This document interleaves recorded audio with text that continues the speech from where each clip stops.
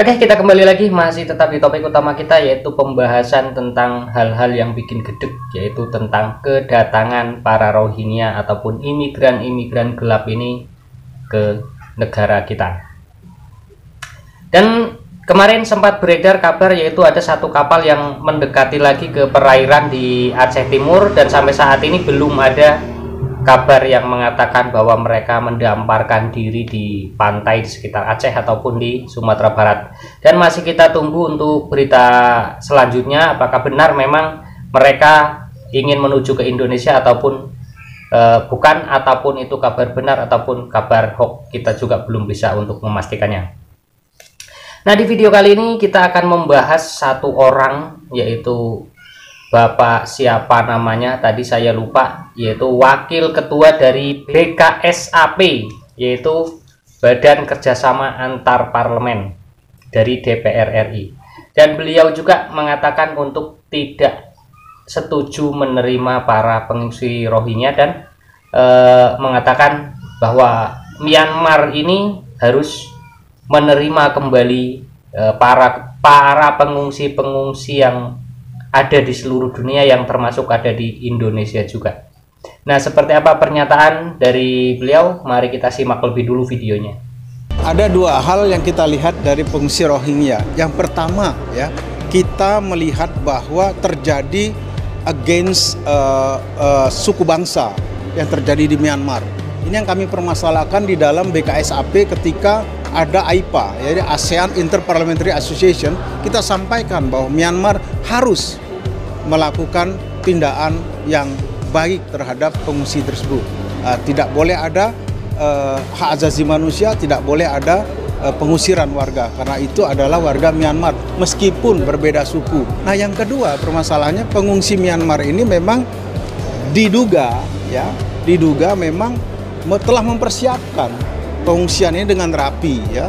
Banyak temuan lah di situ. Saya pernah membaca bahwa di kapal itu selama berhari-hari, bahkan berpuluh hari kok bisa logistiknya bisa lengkap, bisa siap, dan mereka bisa sampai dalam keadaan sehat dan selamat. Artinya ini memang dipersiapkan dengan baik, sehingga ini akan menjadi kesempatan orang untuk melakukan trafficking.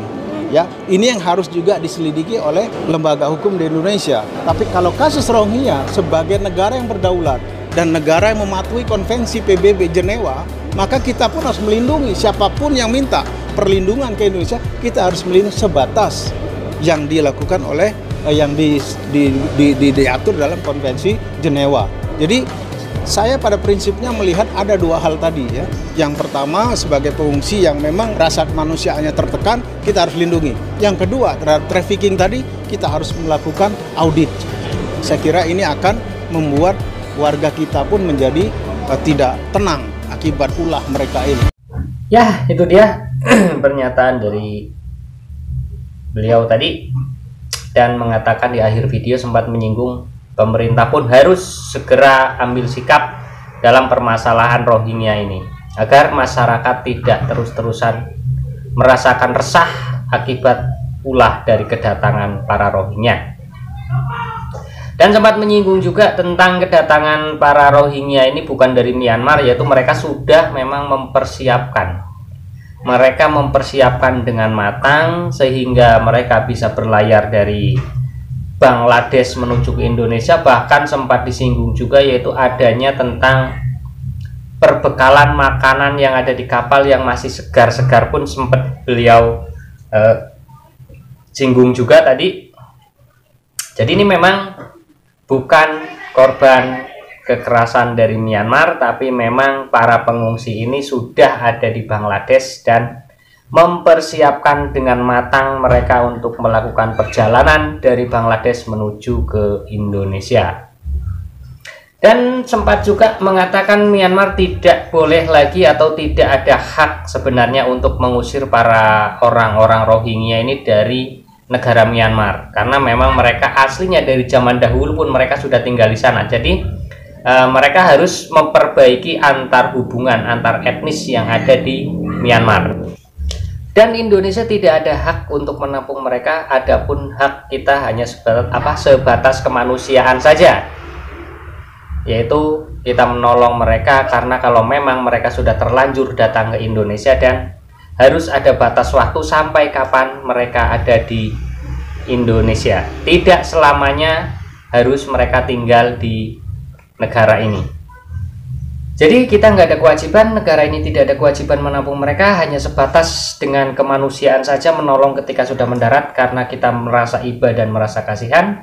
Setelah mereka sudah mampu, sudah bisa melakukan ataupun melanjutkan perjalanan lagi, ya dipersilahkan mereka untuk melakukan perjalanan selanjutnya. Jangan enak-enakan kalian datang ke negeri ini dengan mengatasnamakan transit, alasan transit, tapi selama-lamanya kalian tinggal di sini.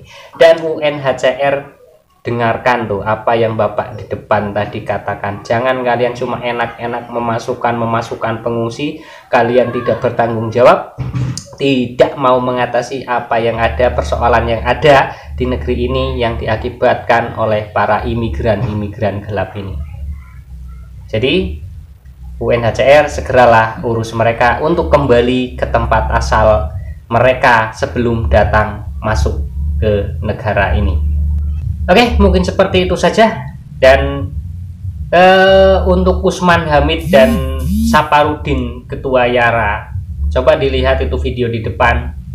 Apakah kalian akan tetap menampung mereka di negara ini, ataukah akan kalian tetap memasukkan mereka ke Aceh, atau bagaimana? Yang selama ini gembar-gembor dan harus menerima dan mempersiapkan lahan pula.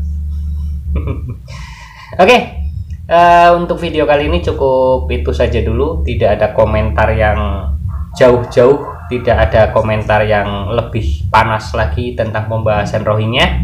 Cukup itu, dan mungkin kita lanjut ke video-video berikutnya. Tapi jangan lupa untuk tombol subscribe-nya tolong dicek lagi. Yang masih merah silahkan diklik biar berubah jadi warna hitam, karena yang hitam berarti sudah subscribe. Dan saya ucapkan banyak terima kasih, karena subscribe dari kalian itulah sebagai penyemangat kita untuk terus menyerukan kasus Rohingya.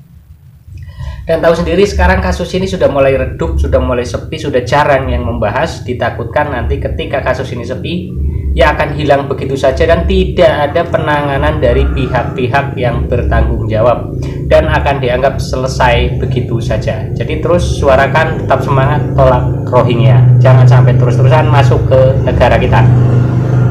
Artinya ini memang dipersiapkan dengan baik, sehingga ini akan menjadi kesempatan orang untuk melakukan trafficking.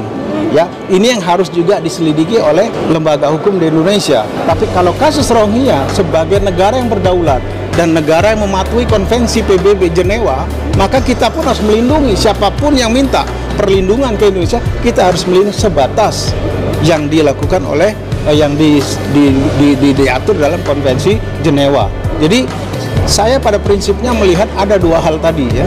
Yang pertama, sebagai pengungsi yang memang rasa kemanusiaannya tertekan, kita harus lindungi. Yang kedua, terhadap trafficking tadi, kita harus melakukan audit. Saya kira ini akan membuat warga kita pun menjadi tidak tenang akibat ulah mereka ini.